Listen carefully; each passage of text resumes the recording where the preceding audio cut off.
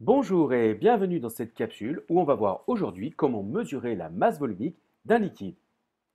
Avant tout, voici un petit rappel sur la définition de la masse volumique.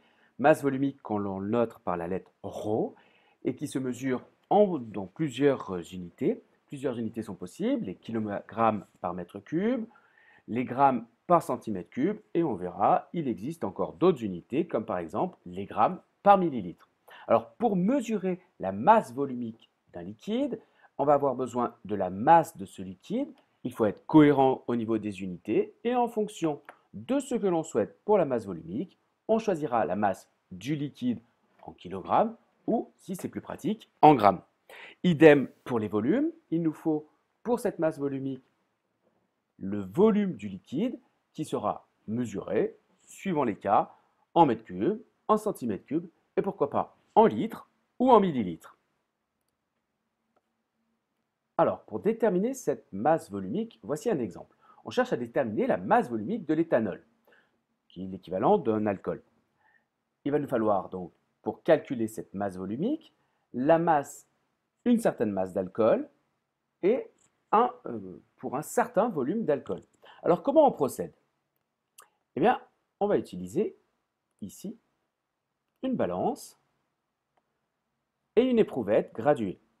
On allume d'abord la balance, on pèse l'éprouvette vide, ensuite on récupère de l'éthanol, on introduit l'éthanol à l'intérieur de l'éprouvette et on va choisir ici un certain volume d'éthanol.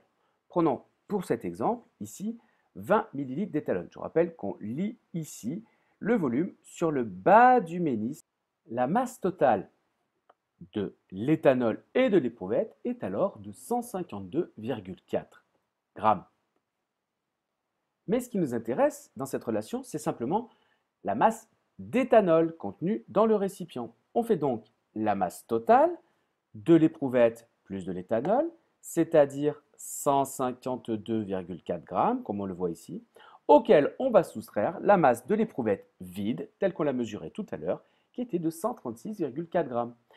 En faisant la soustraction, on trouve que la masse d'éthanol, simplement de liquide d'éthanol contenu dans l'éprouvette, est de 16 grammes, pour un volume de 20 millilitres.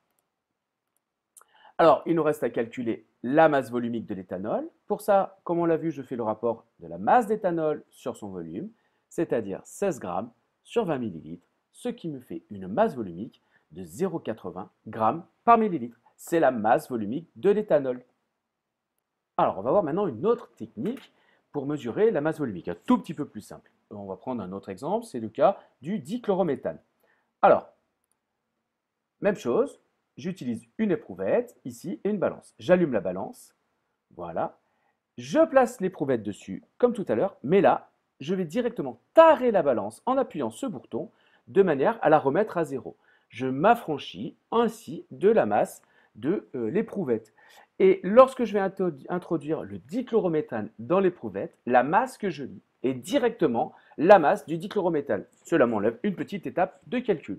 Comme précédemment, je vais utiliser 20 ml de dichlorométhane. On mesure ici le volume en prenant bien le bas du ménisque. Et maintenant, j'ai une masse de 26,4 grammes de dichlorométhane que je vais utiliser pour faire le calcul de la masse volumique. Alors, l'utilisation de la fonction TAR permet de ne pas avoir à faire la soustraction comme on l'a vu précédemment. Alors, dans ce nouvel exemple pour le dichlorométhane, on a obtenu une masse de 26,4 grammes directement avec la fonction TAR pour un volume de 20 millilitres. La masse volumique du dichlorométhane est donc je fais le rapport de la masse de dichlorométhane sur le volume, 26,4 sur 20, soit une masse volumique de 1,3 g par millilitre pour le dichlorométhane. Voilà, j'espère désormais que vous en savez un petit peu plus sur la mesure d'une masse volumique pour un liquide. Il ne me reste plus qu'à vous dire à plus en classe!